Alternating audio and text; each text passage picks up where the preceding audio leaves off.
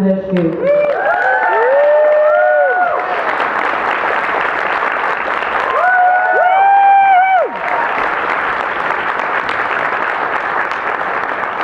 Hello. Good morning, DragonCon. What's up, James? How are we today? Come on, I know it's Sunday and half of you are hungover, but we can do a little party. How are we today? Alright, we're small but we're rowdy, I like it. Alright, you ready to get this started?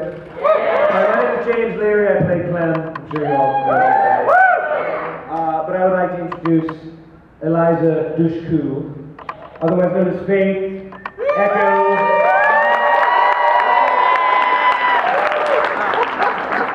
Or not. Yes, yeah, come on, yeah.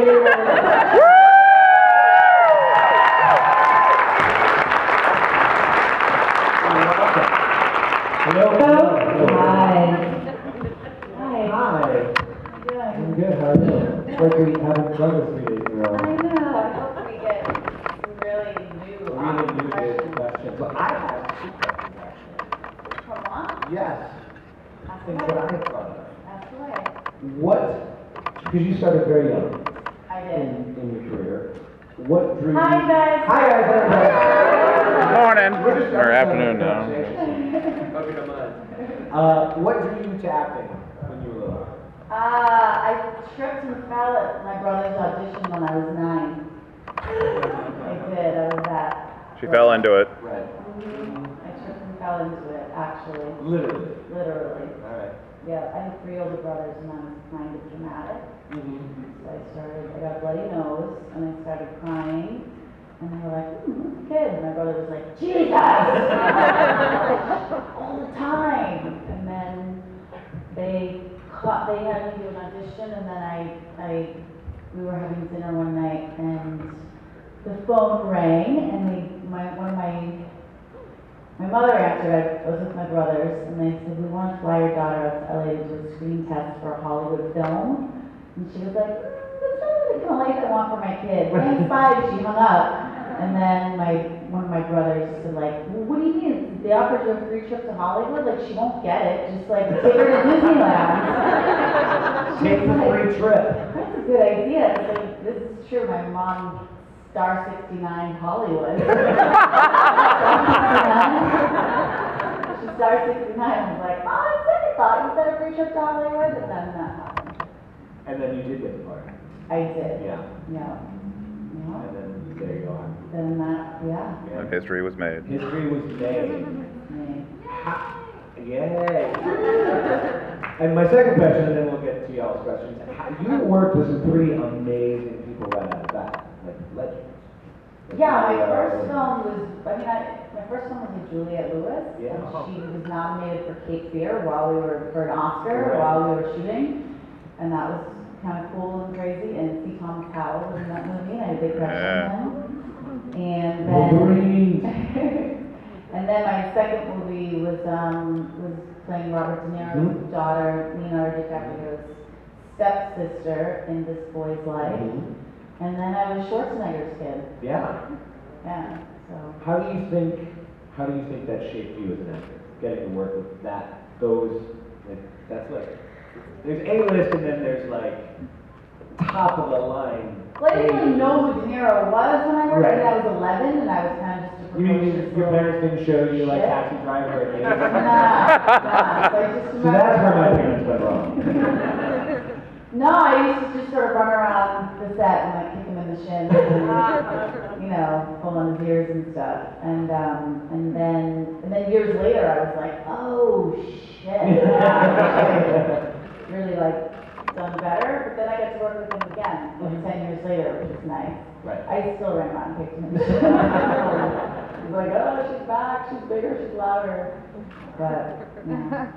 How'd you get started, James? I got started. I saw a little movie when I was 5 called Star Wars. Oh. Heard of it? Heard of it, anyone? Yeah. And I didn't know what acting was, but I knew I wanted to do what I saw up there. Yeah. And then a few years later, I saw Raiders of the Lost Ark. And I said, I really want to do that. And then I started doing theater in middle school. And then, you know, I was a chubby fat kid. And got picked on a lot. Yeah. So buff today. I ain't right. So it helps when you don't keep early. So yeah, I got picked on in more than one way. I know what you're thinking. Still think dirty animals. So yeah, I realized that the bullies, if they were laughing, they weren't punching me anymore. So that's how I developed my sense of humor. And after college, I went to Chicago and tried to do the whole Second City thing, and then went to LA and got on Buffy. Got on the bus, sure. And then had a lot of trials and tribulations and fled with my ex on fire. And now we're here. And by the way, these are speaking of Star Wars. These are these awesome Star Wars tattoos. I usually like hand out gummy bears or like apricots at panels, but today I'm gonna give out Like actual whole Africa. like feed them to people. They can help with a picnic. Damn. I'm a giver. It's my crime. But yeah, this is my friend's company, Love and Madness, and then I have like she has Star Wars stuff. This is like a little necklace. Nice. So I'm gonna give you guys as many as I have. So. Yeah. Is that like a prize? Yeah. Awesome. You know. Totally. Do you guys have any questions? Yeah, you got some questions today? Hi. Well, there's number one. Come on up here. Hi. Still doing the. Gentleman with the hat has the microphone. You still doing the bead thing? What's that? The bead bracelet thing? You still doing that? Which? The from what was it? Yeah. Right there. Right over here. What pizza? Hey, we're. The MeWe, where you buy one and it goes towards education in Africa. Or Yeah. Oh, for my organization, Thrive Blue? There you go.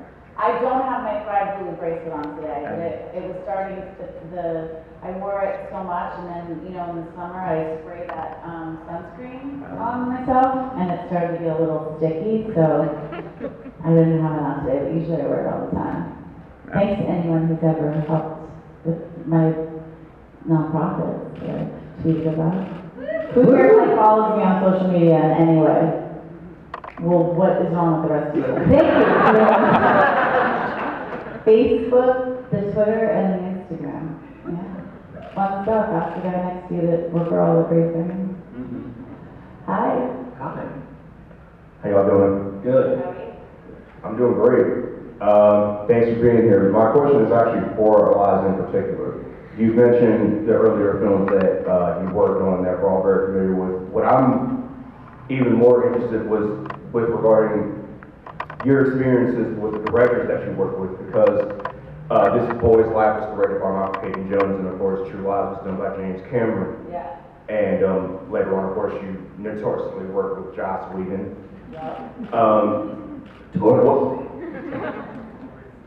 What was your experience like working with those guys? What were your impressions of them, and how did they help you in terms of developing your own skills and what did you learn from them?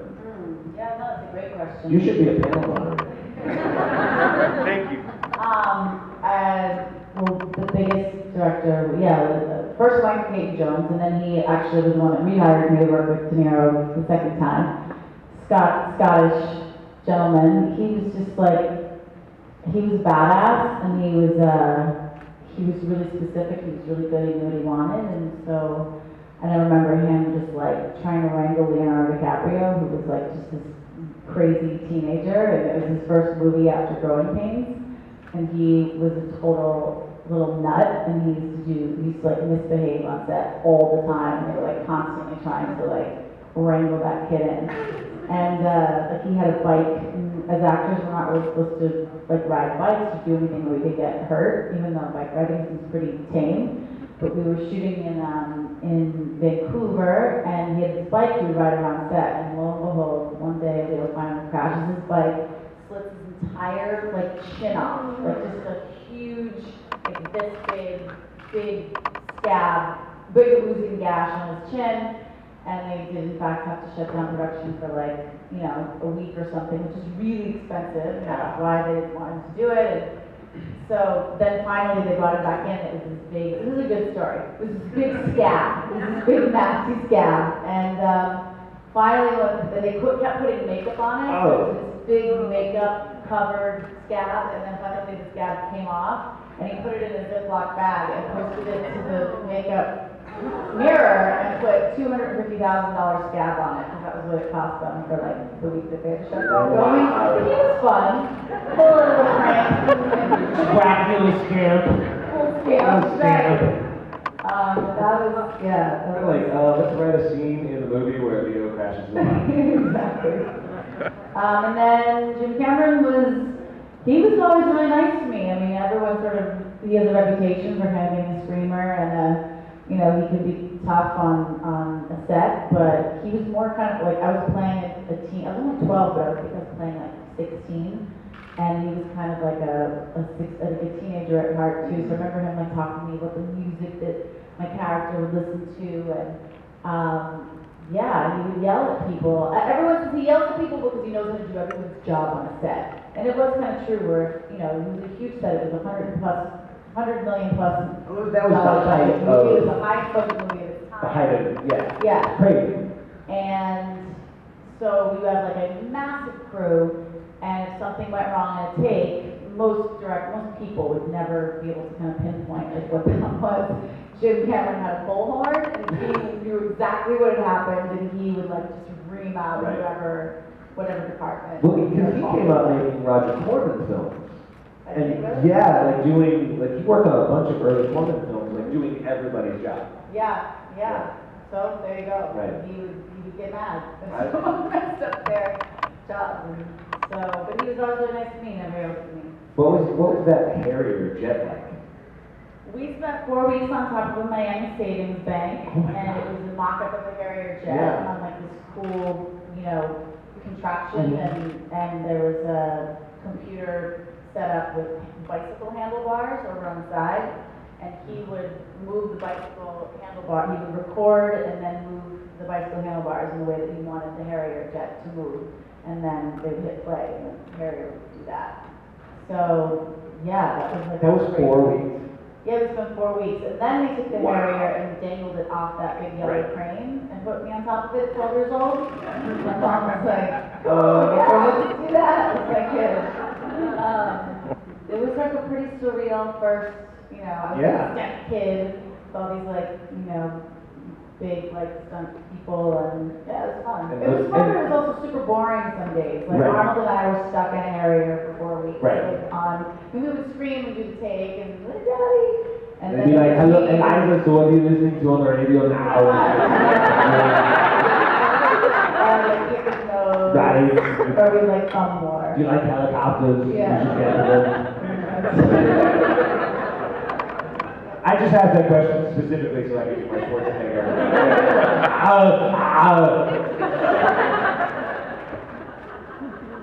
Yeah. And then Josh was really cool. Big dude. Josh was obviously, I was 17 and I was just out of high school and I was enrolled in college, and Sarah Michelle Gellar and I had the same agent, and I wanted to make some money before going off to college, and I made a tape for this crazy Buffy show, and they asked me to come and do 3 episodes, and I met the lead man, and then we had a nice, I don't know, it's kind of like a big brother in a way, and I just connected with him, and at my first episode, I don't think he was getting what he wanted. Right, yeah. He was like so pained and disappointed after my scenes, and I was like, okay. But then eventually, then it kind of clicked, and then we stayed friends and, you know, worked together again and again. He's smart kid. Yeah. Just a little bit. You know, he's gonna let me do okay. Yeah. A couple of small movies. Yeah. Just a few small things with some superheroes, I think. Something like Something that. like that. Yeah.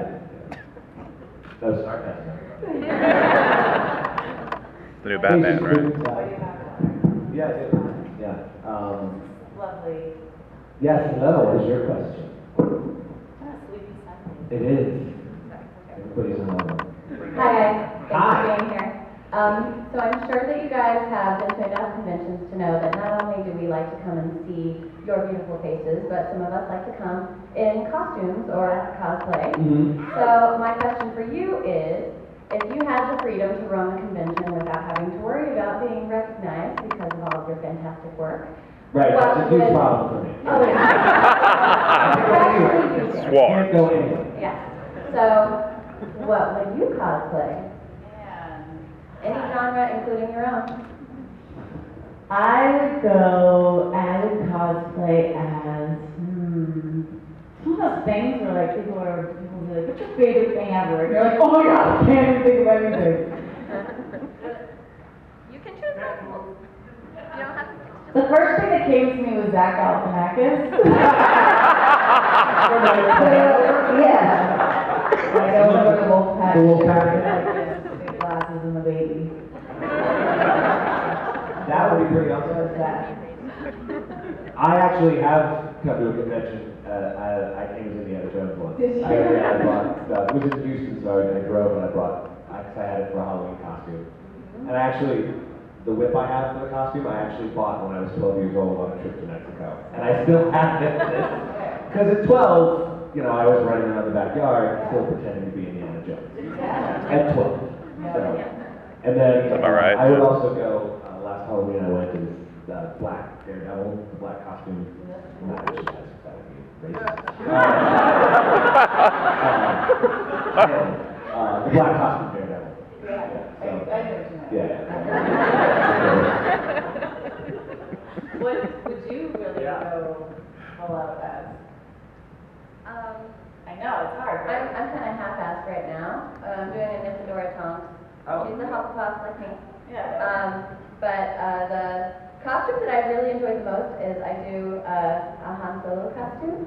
So, which is the easiest and most most recognizable and most comfortable cosplay I've ever done. It's black pants and a white shirt and a vest So with cute, a right? blaster. Yeah, it's a good hanging out at the con kind of costume. Yeah, I'd want to be cool, but I really want to go for comfort. So, like, there's not a lot of crazy costumes or anything in this room. Are there? Let's see. Who's that? Stand up. This is Han Solo. Oh, hi, Han Solo. Oh, there's a Ray. That's awesome. Nice. You're technically not superman. And yet you still look comfortable. Yeah. Yeah. Some of them I've seen just look very uncomfortable, but I mean people look really happy to be so uncomfortable. Look, I was thrilled to be uncomfortable every day. 'Cause I was at work. Yeah. I saw did you guys see the TED Talk by Adam Savage, the guy from Mythbusters on cosplay? If you haven't, watch it. It's so great. And he was actually, I met him in Boston last week and he was telling me a story about when he went to do the TED Talk. And he's talking about, the movie Jaws and about Star Wars, and he said Harrison Ford and Steven Spielberg were in the audience, and that Harrison Ford ended up coming up to him afterwards and being like, I just want to tell you that like you changed my whole perception of like cosplay, and I never really embraced kind of the cosplay culture or world, and I have a completely different look on it now, and I was just like, I'm such a badass. I would literally die. And then he's like, again, and he said he called him and said, I'm going to be doing something on Blade Runner 2 and like, come and work with me. And the guy's like, I just wanted to be. Right. It's really awesome. You should watch it on the TED channel. It's called like My Love Letter to Cosplay or something. It's really touching, really smart. Hey, speaking of Han Solo and Star Wars, growing up with Star Wars and then all the giveaways, who are your favorite characters and why? In Star Wars? Oh yeah. As a kid, I really identified with Luke. And then as I got older, it was like, well, I'm going to decide. Well, I don't know where you're going. Lando. Princess Leia sort of affected who I was attracted to for the next 20 years. Short, semi-bitchy brunettes.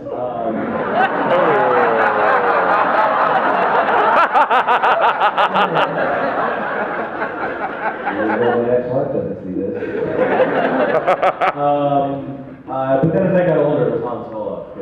I'm fucking bad. Han's awesome. If I was him, I just thought he was awesome, and I had a Darth Vader action figure carrying kit, you know? The one you like, Oh, yeah. yeah. And my three brothers and I spent a lot of time behind fans doing Darth Vader. Still do. What else are fans for? I think I had a R2D2 nightgown too. I had the Still do. I had the Empire Strikes Back sheets. Nice. She's like, me Yeah. too. Have you guys seen the Tom videos with the Darth Vader and Yoda voices? Those are pretty good. Have you seen those? No. Yeah, you should look them up. I'm not. They're pretty funny. I'm thinking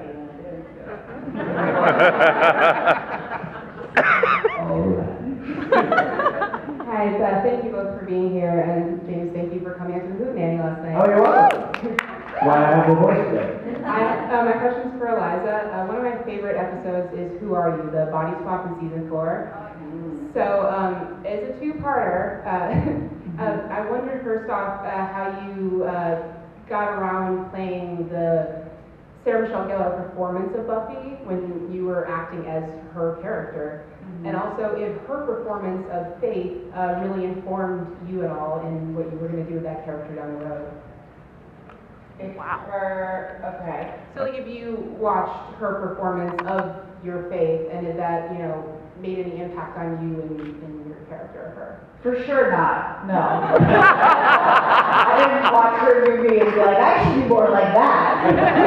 But when it was time to do her, I got very excited, and I like immediately, we both kind of like looked at each other and went, it's on. And we knew that neither one would be there when the other one was doing the other one, you know what I'm saying?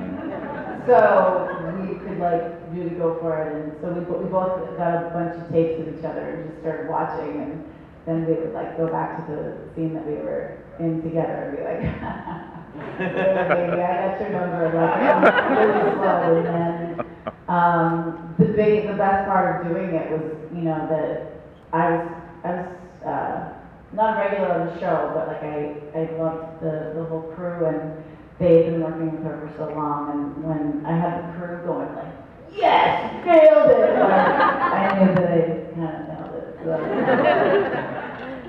yeah, it's kind of like child's, like, yeah. And even Tony had this like, that's eerie, and I think he got it. So it's fun. So you guys didn't like. She got to do more fun shit as me, let's be honest. Like, talk like to Giles and like, you know, it was all Buffy like.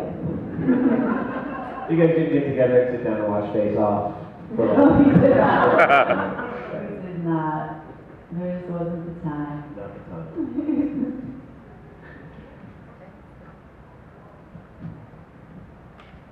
Hey, Hi. how are y'all doing? Good, how you doing? Good. I'm like surprised that I'm a little nervous, so thank you for having me here. Don't worry. Eliza, I want to ask you this question. Absolutely fell in love with your work in Dollhouse. I still cry myself to sleep at night that it didn't last the 5 seasons that apparently was originally planned. But with that, I wanted to ask, so I'd read somewhere that Joss Whedon had imagined or planned for it to last 5 seasons, but then it was only I'm just 3. hearing that from you now. Yeah. Well, Wikipedia, it's always telling the That truth, was right? Never lies. Internet never lies. Okay, Never so lies. all of that thrown out the window then. So in the last season of Dollhouse, we see a rapid progression of the story. And I wanted to ask. I'm watching it now. Yeah. I wanted to ask how was that? I mean, because obviously we see Echo's character develop, but how was that to develop her personhood so quickly under those parameters? Because it's, you know, you're plodding along in season 1, season 2, and all of a sudden everything happens. Yeah. So how was that? It was like kind of crazy, and I had never done anything like that. I don't think any of us expected to do that, but Yeah, was that because you guys found out that it was done and you were rushing to wrap up, or had that been planned? Yeah, well, Okay. I mean, the nice thing about being canceled by Fox that time we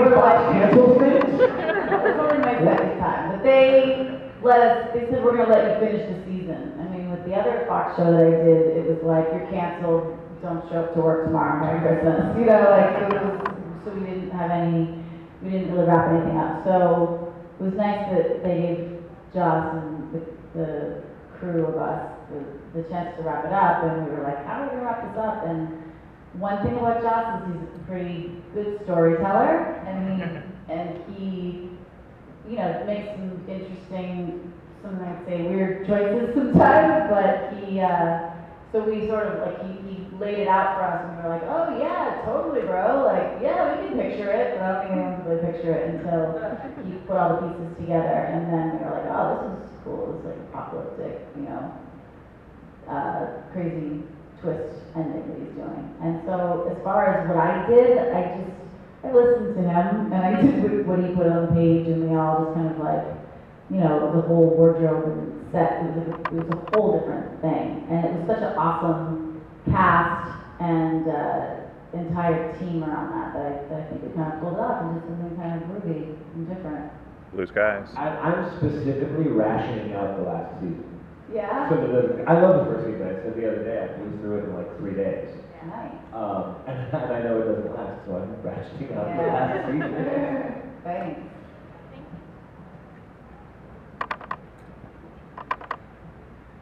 All right, so my question is for you, Eliza. I play video games, believe it or not. So I actually have a video game Wet, where you did the voice work. Did you use any of your work as Faith to kind of draw on that character? Not consciously. I think that type of character just lives in me somewhere. So it wasn't, no, I've never got, yeah. Wow. Quite a sword you have. Yeah. So I think I've never consciously done a project since Faith and gone like, I'm gonna tap into Faith. I just think I tend to play crazy off their rocker chicks who, you know, say F the system kind of, you know? Yeah. How do you like doing voiceover work? I Did you like also it do a a lot. lot? You did the 2 seasons of Hulk Smash. I did She-Hulk, Yeah. Seth Green and some other awesome dudes and chicks. Actually, I have no chick in the show. My 8-year-old. What's that? My 8-year-old loves it. Cool. My 7-year-old nephew loves it too. And then some other video games and yeah, I really like it. I mean, it's super different, but I always had people kind of going like, wow, you like get good voice, and I was like, thank you. So I got a cool voiceover agent, and then I started doing some voiceover stuff, and it's different. I mean, you do kind of get to show up in your pajamas and like, just you don't have to be all camera ready. Back with baseball cap and just go. And then it just kind of touches into different, you know, it touches different fans, and I like that my niece and nephews get to play me in video games. And yeah, and hopefully it was fun just to be part of that whole world. Yeah. Have you done voiceover stuff? I have. Yeah. I did. I love it. I think it's great. It's fun. I worked for a company called King's Isle, who makes a game called Wizard 101. Anybody here familiar with that? No one? Yeah, that's why I love to work there. And we made also a game called Pirate 101. They're MMOs. You know what MMOs are? They're massively multiplayer, like World of Warcraft. Oh, okay. So they were made for kids. So I worked there. When I left Hollywood, I was like, I don't have any job skills. So I thought maybe I could do stuff for video games because it could cross over, and I did. And I was on salary there, so they ended up getting me for free. Cool. So they would just throw me into the booth all the time, so I did a ton of that stuff. Yeah. I loved it. It was great. Yeah, it's fun. It's a lot of fun. It's like, they had to teach me some things. I mean, you think it's like, you think you're being bigger than you are. You almost have to, you do have to play it bigger. And you have to like really throw your body into There's lots of it. hand motions and. Yeah, I mean, you can't just like stand there and you have to really amp it up. Yeah. The weird thing about video games, though, is I don't know if you had to do this for your character, but if you ever have a fighting, we call them barks, but when you have to do the I love that. Oh. Hey, yeah.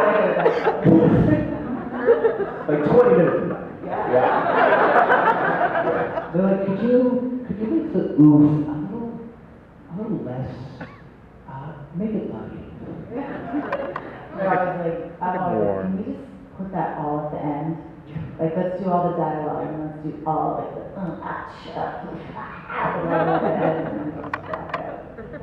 Because normally it kills your voice. Yeah. Those things, you're done after that. Yep. Yeah. And then I did a motion like cap. Oh, how was that? It was like, it seemed cool, but then you just feel really stupid. You're just standing around with like a, leotard? yeah, like a one piece body leotard with like little green balls all over you and your face, and you're like, okay, this is fun for an hour. But, anyway.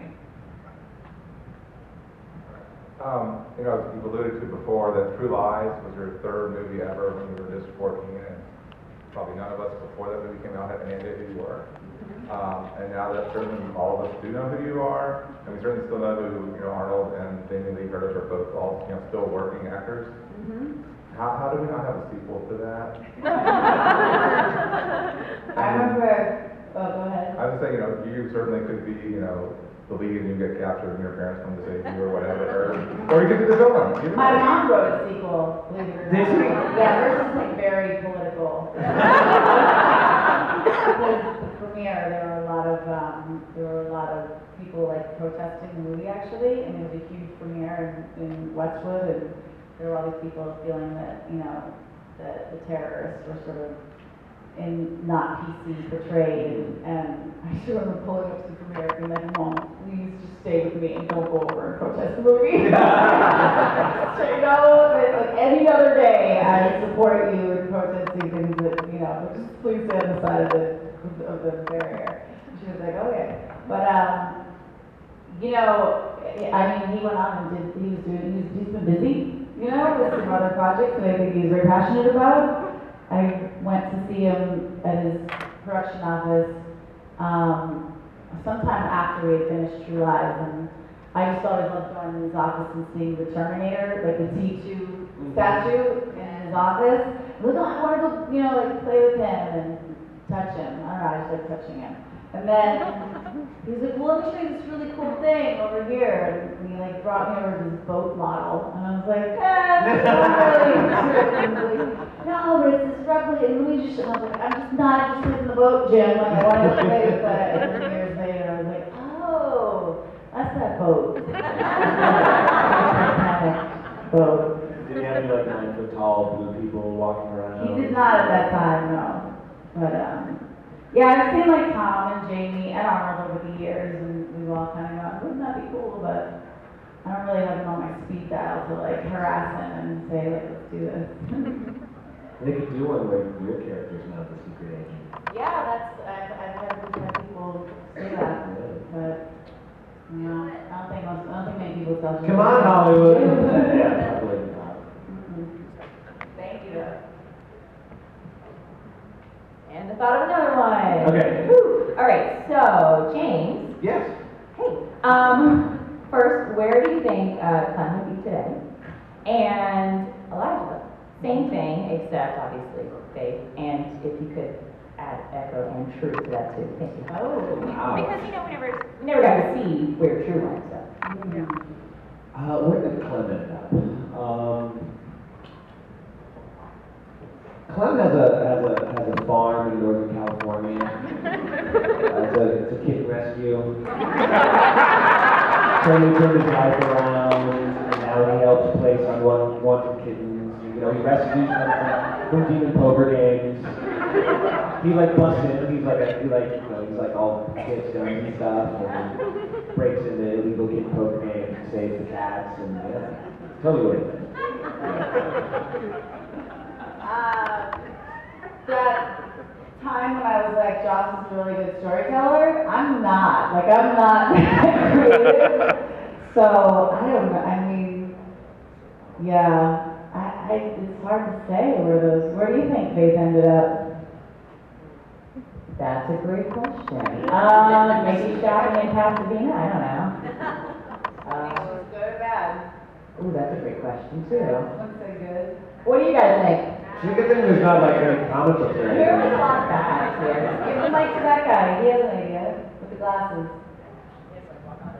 I think he'd be Clem's enforcer while he's saving the cats. There you go, right.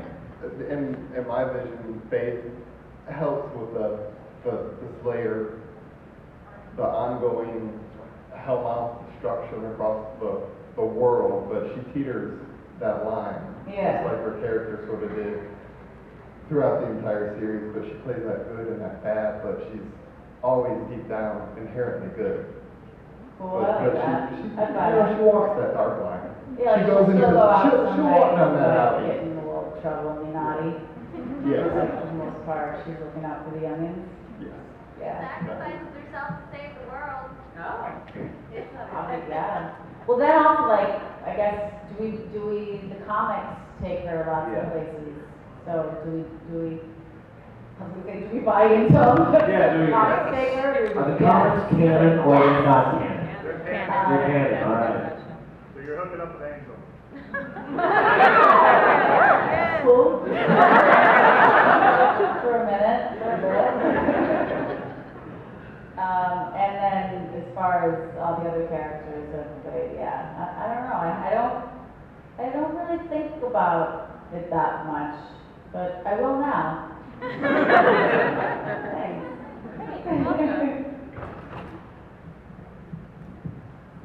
Hi. I'm not allowed to hold the mic. So, in True Calling, my question, of course, is for Eliza. Was it confusing, or did they do it all in production, the rewind? Where you go back and try to fix whatever we saw happen in the beginning. Did you see any of that, or deal with any of that, or was it they did it all in the office and you didn't have to worry about it?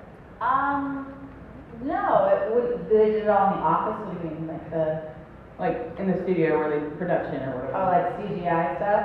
I don't know, when you said it, I was just like thinking, it was kind of similar to like when I went in the chair on Dollhouse. It was like that like crazy startled, like crazy thing.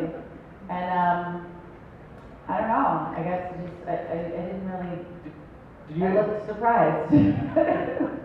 Would you shoot, not sequentially, but would you shoot the early stuff first and then go back and shoot later, or was it just all over the place? It was all over the place, wherever they usually decide to shoot based on locations and, like oftentimes we'll do something, it's always like, even on film, they'll be like, okay, so we're gonna shoot the last scene in the movie tomorrow, the first day.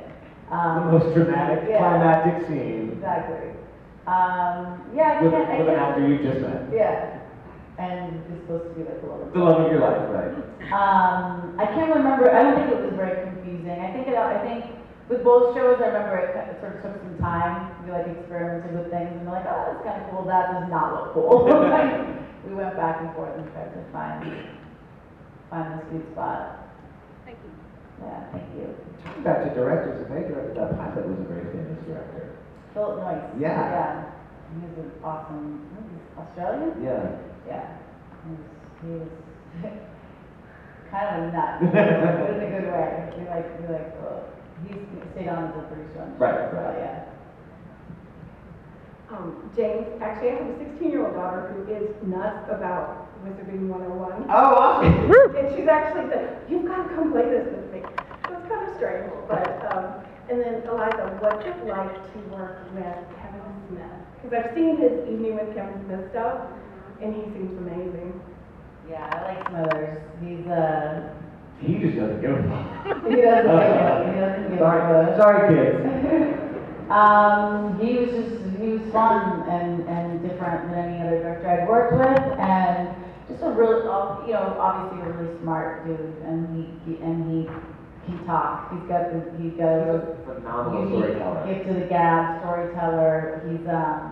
I just like the way he kind of sees stuff and breaks it down, and he doesn't give a F, so he will tell just like crazy stories. And I was telling someone yesterday, like, they're like, what was it like to work with him as a director? And he would act, there are not so many, but there are some key lines in James Silent Bob Strike Back that were given to me in between roll film you know, sound speed, they do the slate, and right before the director's supposed to call action, Kevin would yell out like, "Don't shoot! After he throws you the keys, I want you to say." So your lines are on the page, but I'd be like, okay. And so, you know, without having ever said them, I would like throw out these ridiculous lines, and he would laugh and be like, okay, cool, or, you know, oh, that didn't really work. And so that was the first time I was actually doing that. And that movie was just so over the top and kind of like absurd and hilarious that it was just a fun shoot. You know, his wife, we were working with his wife Jen, who's awesome, and we were like this little crazy posse of chicks in, you know, one-piece cat suits, like music, and then jump out of the van and just look really sexy, and do a really slow shot, pan up your legs, and like, just give sex face. And we were like, yeah, and I think we drank a little on the shoot. We get in the van, and there would be like a bottle of tequila, and we'd be like, woo, we'd be like making out, and then they'd open the van, and we'd jump out. Can we just go back a second? I would like to go 30 seconds back. More about that method acting.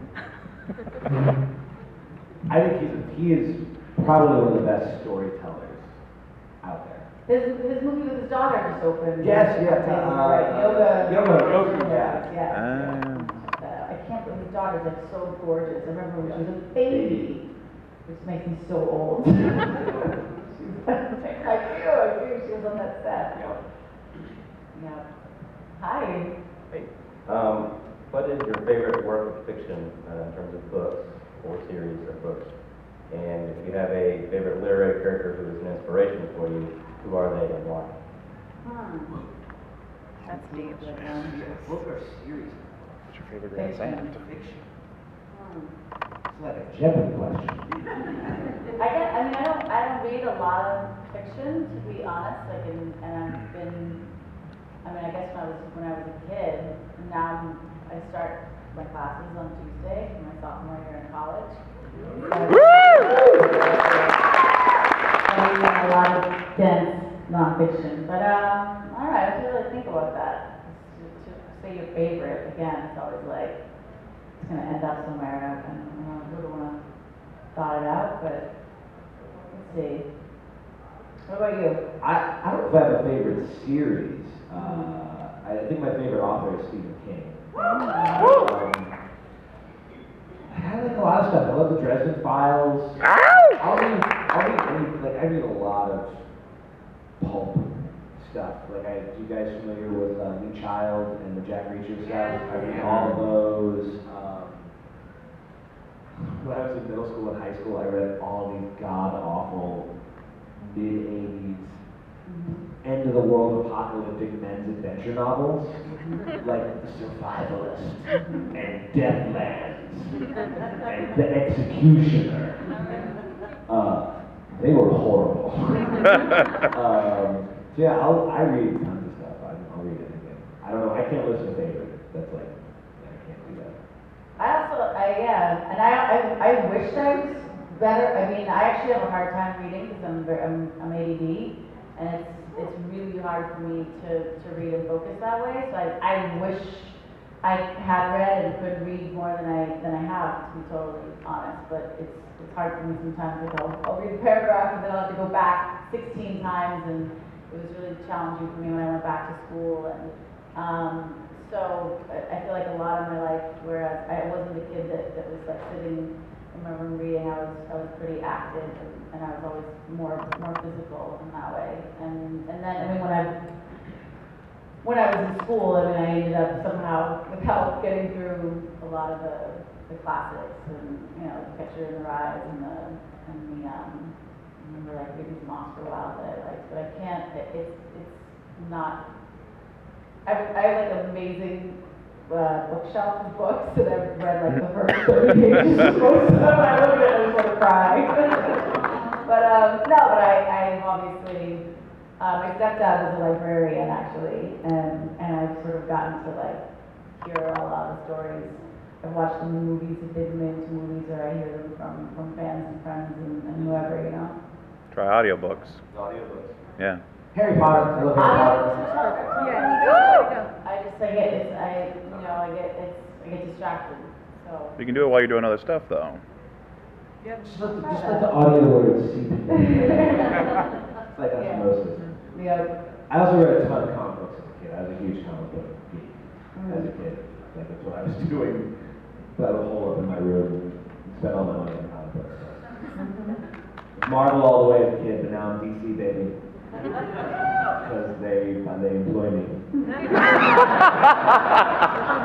Strong choice.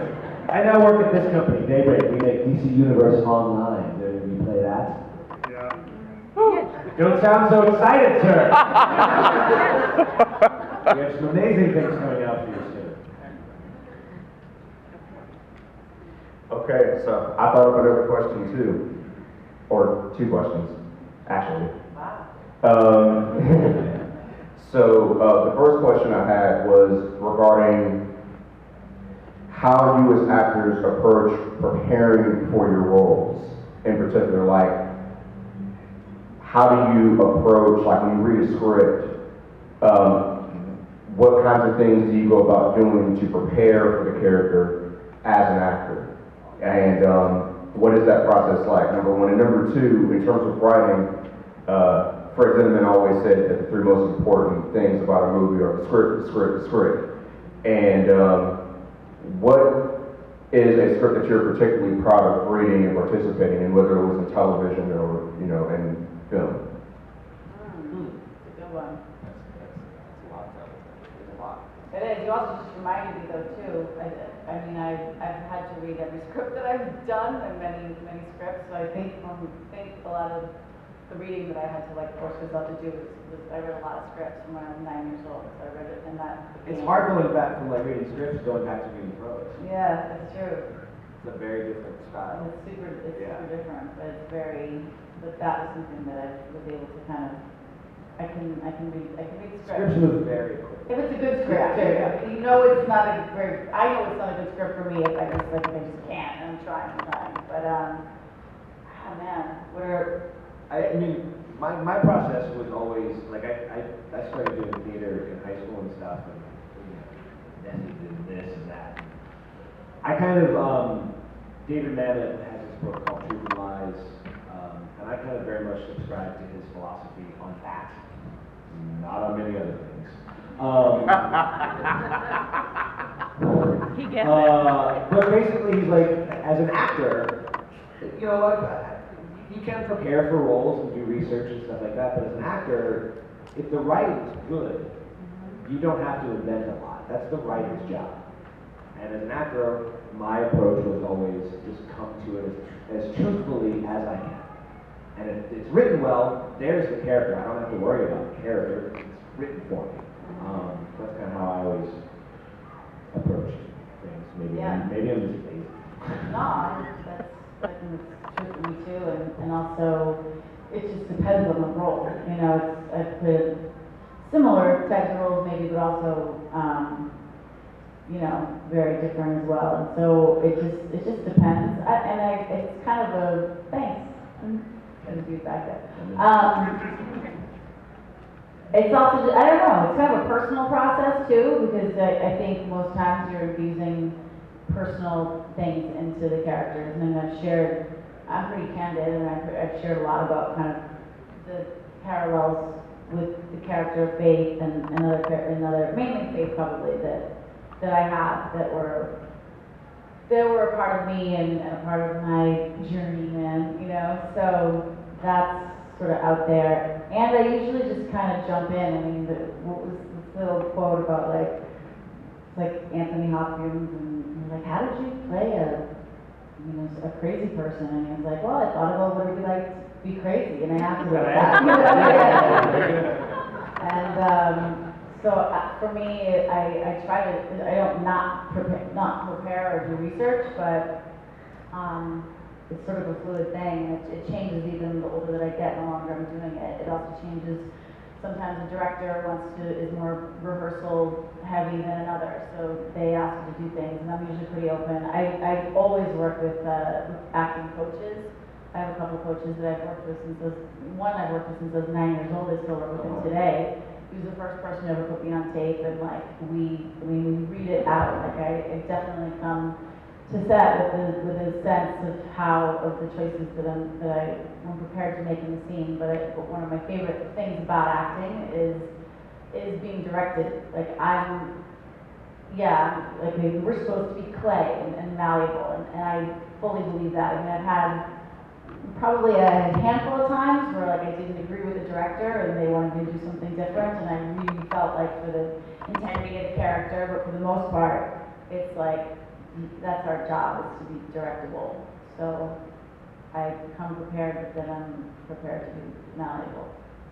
Yeah, that's one of my favorite things about doing plays, and forever, is, especially if you're doing a long run, like a month in, you find, like, it can either get boring, but sometimes you're like a month in, and an actor does something just like out of the blue, and it changes. I love that aspect. That's why I do a lot of improv comedy, of like, something being different, and just having to react to it. Or being surprised. I hate that. You hate it? I hate improv. As soon as someone tells me to improvise, I'm like, not like that. I'm not a writer. I never claim to be. I don't know. I like to know what I'm doing, and then I don't like plays. I did one play when I was like, it was really scary. It was really traumatizing. I mean, it was a different time in my life. Right. But I did one off-Broadway play, and I just felt like I don't hate plays. Right. I love going to them, but it's probably a control thing, you know? Might be. Maybe. Oh, and scripts that I've read, I mean, all the puppy stuff was fantastic. I didn't get, most of the scripts I read were for commercials. Where I'm hawking Kentucky Fried Chicken. I think to work with some pretty, like, people who went on to do, like, I did a beer commercial with David Dokken, which was crazy, and then the guy who directed Lars and the Real Girl, I'm not blanking on his name. He directed, did you guys ever see any of the Messing with the Sasquatch commercials? I was one of those. He directed all of those. Craig Gillespie. Thank you, Craig Gillespie, yes. But one of my favorite scripts is for a little film called Stuntcocks. I saw it. Have any of you seen it? Yes, we did. Yeah. It's an 8-minute short film I did years ago that we wrote and directed. Hysterical. Yeah. It was hysterical. Yeah. You can find it on Vimeo. But replace the O with an asterisk, because that makes it not David. It was break your rib laughing. It's a spoof of the adult entertainment industry. Shot in mockumentary style. Lou Diamond Phillips is in it, Scott Thompson from Kids in the Hall, Ron Jeremy. Ron was actually the only one we had to pay. Lou and Scott both did it for free, and Ron was like, I'll do it for $200 and you'll be first in the craft service line. Like, done, Ron. So, he was super professional. He was awesome. Ron was great. He knew all his lines and was totally up for being directed. Yeah, it was great. He did bring some odd people to set. Yeah, it was a little weird. I could picture that. Yeah, there was a girl who we ended up speaking to. He had just come from a Rick James video. And the girl he was with was like, oh, and I just moved here, and yeah, I've done some films like balloon popping, you know, my feet and honey type stuff. We were like, oh, all right. Okay. So that was When you just were asking about scripts that I read, I remember two that stood out that I didn't end up being in any way were, I think they were both A&E. It was, or it ended up being A&E movies. They were Ice Storm and Brokeback Mountain, right? Yeah. Yeah. Both of those scripts were like just fucking awesome. There's such a difference. You know, you read so many scripts in your life as an actor, hopefully, and there's lots of that, right? those are good ones. Yeah. You were like, yes, so. I read a bunch of scripts like when I was learning how to write scripts. Like one, I love Jim Cameron stuff. His scripts read so energetic. Yeah. And Shane Black are also really good. Yeah, I like Shane. He's really good. I love you both, but, We've got 3 minutes. I wanted to ask James more about your career because, Sure. a lot of people have benefited it out, but I don't know that much about your career except for Buffy. Sure. So could you tell us about that? There's Buffy.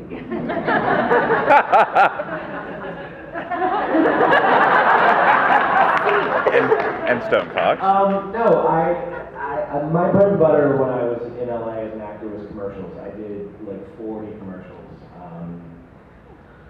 Do you guys ever remember the Domino's commercial where the guy's like talking into a little kid's microphone? He's like, Uncle Phil, everybody.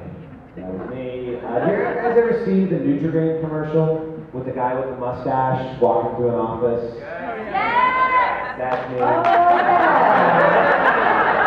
That was great. Yeah. That was never meant to be seen by anyone. That was a director's reel. And they put it up on the website. This was pre-YouTube days. And it got on something called E-Bombs World at the time. And it went viral. And it crashed the production company's website. Wow. And the director went off and got arrested by CAA. Babies everywhere. That's Precious Chong. That's Tommy Chong's daughter. She was amazing. So I did a lot of commercials. I did a lot of theater. Buffy had a very small role in the comeback. I had like a 2-day. Oh my God, I love that. Yeah, I'm literally, if you blink, you miss me. It's after she does the upfronts. The first round? Like or the second round? the first series. Yeah. Yeah, the first one when she does the upfronts. Yeah. And she has a catchphrase. She's like, I don't need to see that. Yeah. I'm like the guy that passes or the executive that goes, I don't need to see that. Oh my God. Literally, that was my line. Yeah. But that was a really cool day because that was on Paramount. You could see the Hollywood sign, and I was like, as a kid who wanted to be an actor, that was like I didn't care. I just had one line. And then I left LA with my ass on fire. If any of you would like to read about that, you can go to geeknation.com and read Confessions of a G-List Celebrity. Thank you. And you can find out about how I lit my ass on fire. And now I live in Austin and I work in a video game company as a writer. And I do a lot of stuff. I think that's it. Yeah, there's one guy, can you just do a quick answer? Do you have a quick question? Sure. This is for James. I want to know what comic books you are into, and for Eliza, I have the same issue. If you would read books and comic books, get rid of that completely. I'm into all the DC stuff right now. Oh my God, I also love Saga, Kids Planet, Sex Criminals, and Descendant. Those are like some of my favorites right now. Yeah. Check out Chew. Chew is phenomenal. Chew? Okay. Chew. And the Fade Out. Fade Out is incredible. Awesome. So, how do you want to give them away? I went to the, I don't want to like have anyone hurt anyone. Yeah. Not that it's become sweaty the stage, but They I don't would. know, you can give some out, take one and pass it back. Yeah, this is awesome. My friend's awesome. We could, like, something common we could do, we could take it like Mardi Gras. So I'm going to the back. Aww. Yeah. Cool. Thank you guys. Thank you so much.